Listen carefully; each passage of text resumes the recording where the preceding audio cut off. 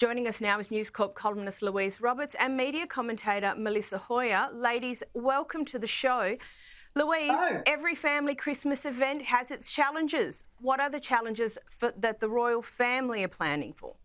Hi, Cara. Hi, Melissa. Look, the challenge is the spectre of the Sussexes, isn't it? What are they going to do on Christmas Eve, Christmas Day, Boxing Day? Are they going to come out with any announcements? Are they going to make any sort of grand statements? How do they mitigate for that sort of behaviour? I don't believe they're going to turn up in the UK. I can't see that happening at all. But I guess the other issue for King Charles is any information that may leak from the sort of esteemed lunch they have at Sandringham and the church service. He'd be worried about that being sold in a commercial deal or somehow used by the Sussexes, because he really has encouraged the family to close ranks and not reveal anything of a deeply personal nature to Harry when he calls, or indeed Meghan. So I think it will be fraught. I mean, we would have liked to have not been in this position a year on from last year, where we were talking about Megxit and talking about the sort of bitterness of Christmas, but it seems that we're still in that position now. So hopefully they'll have a great Christmas and there won't be any truth bombs coming from California to destroy a Christmas in the UK for the royal family. Now, Melissa, surely a Sussex-free Christmas is a stress-free Christmas? Oh, it is, but it ain't going to be a stress-free Christmas. I mean, something will happen. And I don't necessarily mean between what's happening in the UK and then over in Los Angeles, but, you know, more likely the Sussexes will do something that will sort of basically shove it up the royal family. You know, who knows what that'll be, but I think they'll probably make quite a pointed point that no, we're not in Britain. We are in LA. We're having the best time with our celebrity friends. So they'll certainly, they'll have a lovely time, and they'll have their two children and their LA sort of posse around them. But the two families, as Louise had said, they're totally separate now, and even becoming, I think, more separated as the time goes on. Because I think that it won't happen when the day will come and they'll be sort of welcomed with open arms back to the family and back to the UK. I don't think that's going to happen sort of ever, to be honest. Mm. Louise, lots of people are taking a break at this time. We understand the Sussexes are taking a mini break to Costa Rica before Christmas. Is that right? They have. They've been sunning themselves in Costa Rica, which is a bit of a A-list bolt hole. I guess Shakira's been there and a few other sort of celebrity pals, and we know that they tend to go to a holiday resort where they know there's a bit of celebrity interest. No mention of a private jet this time, which was good to see in a way. Apparently they were also soaking up the culture and the sort of general lifestyle of Costa Rica. I don't think the children were there. I think it was just Harry and Meghan away for another trip. They were in the Caribbean, of course, in October. A lot of people do take a break. It was a bit curious, though, that we find out about this trip in Costa Rica and what the kind of point of it was. But why didn't they go to the UK? I know I keep saying that, but maybe that would have been a better trip to take. Perhaps. And Melissa, you spoke a little bit before, but do we know exactly what the Sussexes have planned for Christmas?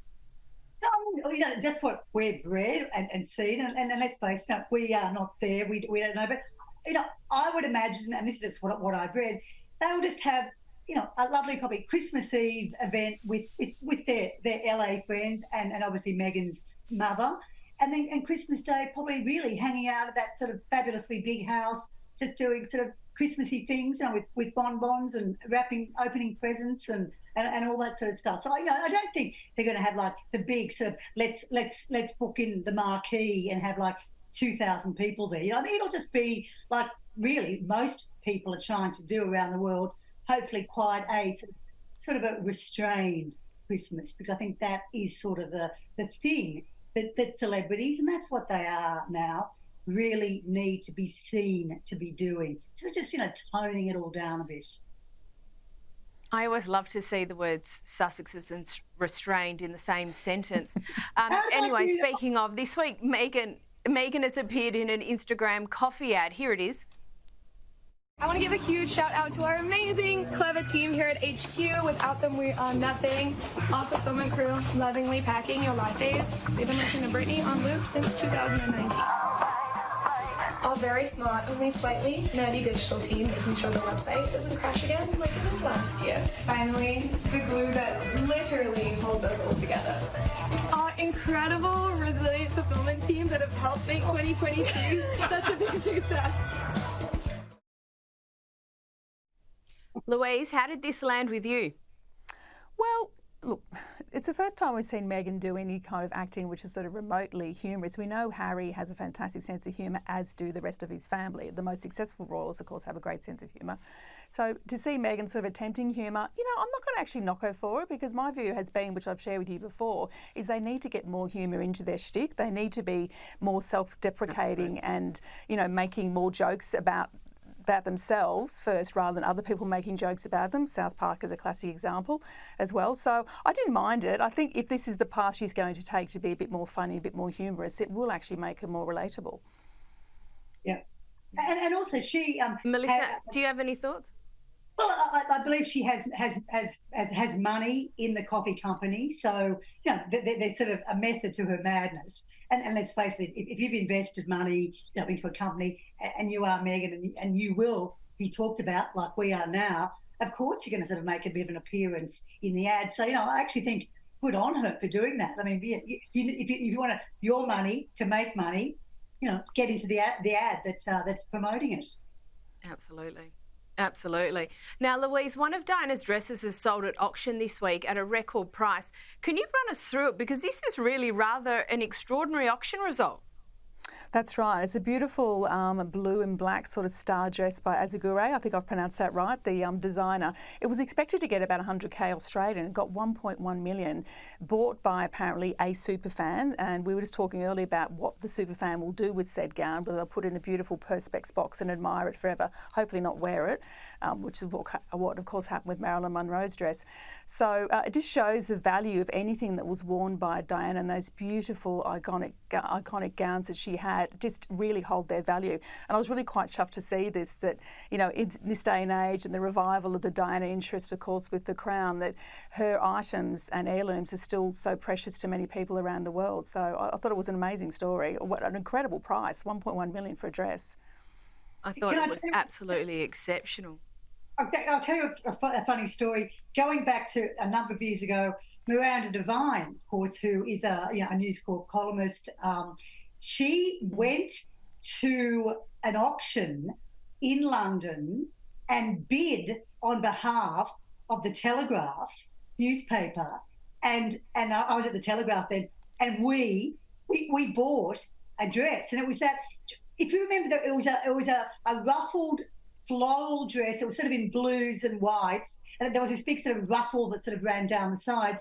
So if I'm getting this right, so News Corp bought the dress, and then I think gave it away in a competition with the paper. So I'd love to know where that dress is now in Australia, because it was actually quite an iconic.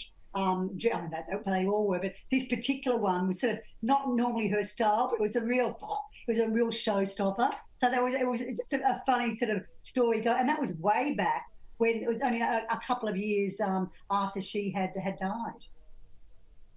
Yeah, well, that there's definitely worth following up. I think that there is going to be on my to-do list over Christmas. Now, King Charles is facing calls to upgrade Edward and Sophie in the royal family title stakes. Louise, these two have been loyal and reliable servants, more so than others. Yes. I've only got about 40 seconds or so to go. Tell us, do you think they deserve the hereditary titles? Absolutely, and they've got to keep earning it as well, which I believe they will, because they have stepped into the breach where, of course, Meghan and Harry left the country as well, and they've redeemed themselves. Any sort of issues around sort of PR disasters and stuff before that, they are totally solid. They're adored by William and Kate. They're adored by everyone in the royal family, particularly, of course, by King Charles himself. So why not? I mean, it's not going to hurt to actually elevate them and give them the prestige they deserve, because that is the price of loyalty, I think, in the royal family. Yep. I think it absolutely is, and I think you'd struggle to find someone to disagree with you. Ladies, that's all we've got time for. I've got to get to a break. Thank you so much, Louise Roberts and Melissa Hoyer. Thank you for joining me tonight.